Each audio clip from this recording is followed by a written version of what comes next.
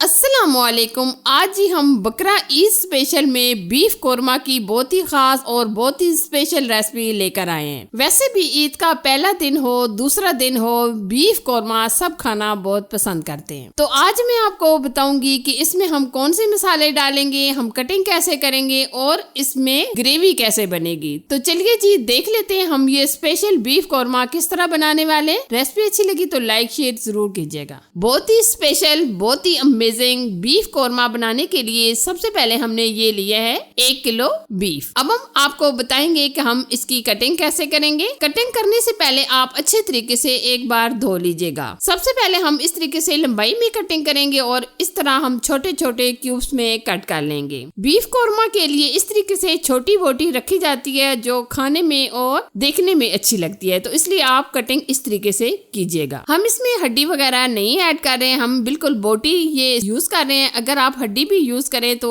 Test दुबाला हो जाएगा। गोश्त की हमने अच्छे तरीके से कटिंग कर ली है। अब हम बीफ कोरमे को बनाएंगे। बीफ कोरमे को बनाने के लिए सबसे पहले हमने प्रेशर कुकर में ले लिया है 1 कप के करीब घी या ऑयल और 2 अदद हमने प्याज लिए हैं। प्याज को हमने इस तरीके से स्लाइस में कट कर लिया है और ये स्लाइस हमने बहुत पतले पतले कटिंग किए हैं क्योंकि हमने प्याज को ब्राउन कर लेना है। अब हम बराबर मिक्स करके गोल्डन कलर आने तक फ्राई कर लेंगे क्योंकि जो बीफ कोरमा बनाया जाता है इसमें प्याज को मुकम्मल ब्राउन करके ही ऐड किया जाता है, तो इसलिए हम प्याज को अच्छे तरीके से ब्राउन कर लेंगे। आप देख सकते होंगे प्याज हमारे अच्छे तरीके से ब्राउन हो चुके हैं। अब हम प्याज को अलग से निकाल लेंगे। आप किसी स्ट्रेनर की मदद से प्याज को निकाल लीजिएगा और एक्स्ट्रा ऑयल को मुकम्मल निकाल लीजिएगा। ये देखिए हम इस तरीके से स्पैचुला की मदद से इसको दबा दबा कर मुकम्मल ऑयल निकाल लेंगे क्योंकि जब तक हम ये ऑयल नहीं निकालेंगे प्याज हमारे क्रिस्पी नहीं होंगे, तो इसलिए आप अच्छे तरीके से निचोड़ कर ऑयल को निकाल लीजिएगा। अब हमने गोश्त ऐड कर दिया है। अब हम गोश्त को अच्छे तरीके से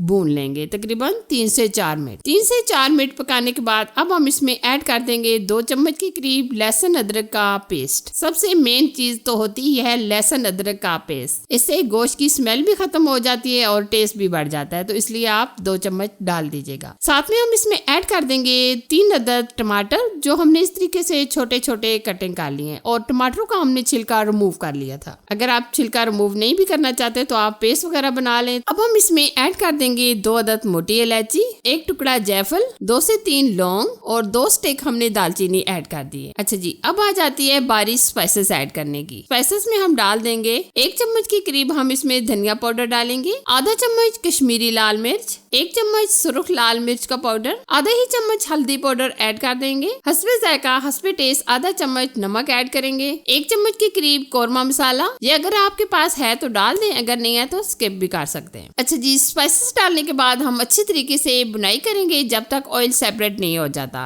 क्योंकि अगर हम कोरमे की बुनाई नहीं करेंगे तो टेस्ट अच्छा नहीं आएगा। तो आप अच्छे तरीके से कोरमे की बुनाई कर लें। बुनाई करने के बाद आप देख सकते हैं ऑयल सेपरेट हो चुका है। माशाल्लाह हमारे गोश्त की अच्छी तरीके से बुनाई हो चुकी है। अब हम इसमें पानी ऐड करेंगे ताकि हमारा गोश्त अच्छी तरीके से गल जाए। पानी हमने तकरीबन 2 गिलास ऐड कर दिया है। अब हम प्रेशर लगा देंगे तकरीबन 25 मिनट के लिए। 25 मिनट पकाने के बाद आप देख सकते हैं माशाल्लाह कोरमा हमारा ऑलमोस्ट डन हो चुका है और गोश्त हमारा बहुत ही अच्छे तरीके से गल चुका है। ये देखिए आप चेक कर लें, ये देखिए बहुत अच्छी तरीके से हमारा कोरमा तैयार हो चुका है। और अब हम कढ़ाई में निकाल लेंगे और अच्छे तरीके से बुनाई करेंगे। अच्छा जी, यहाँ हमने जो प्याज ब्राउन किए थे इनका हम पेस्ट बना लेंगे। वैसे तो आप हाथों में मसल कर भी डाल सकते हैं, लेकिन हम पेस्ट बना लेंगे, इससे ग्रेवी बहुत अच्छी आती है। आप देख सकते हैं प्याज को हमने अच्छे तरीके से पेस्ट बना लिया है। अब हम इसमें ऐड कर देंगे आधा कप के करीब दही। दही आप अच्छे तरीके से फेंट कर डालिएगा। दोनों चीजों को डालकर हम अच्छे तरीके से भून लेंगे।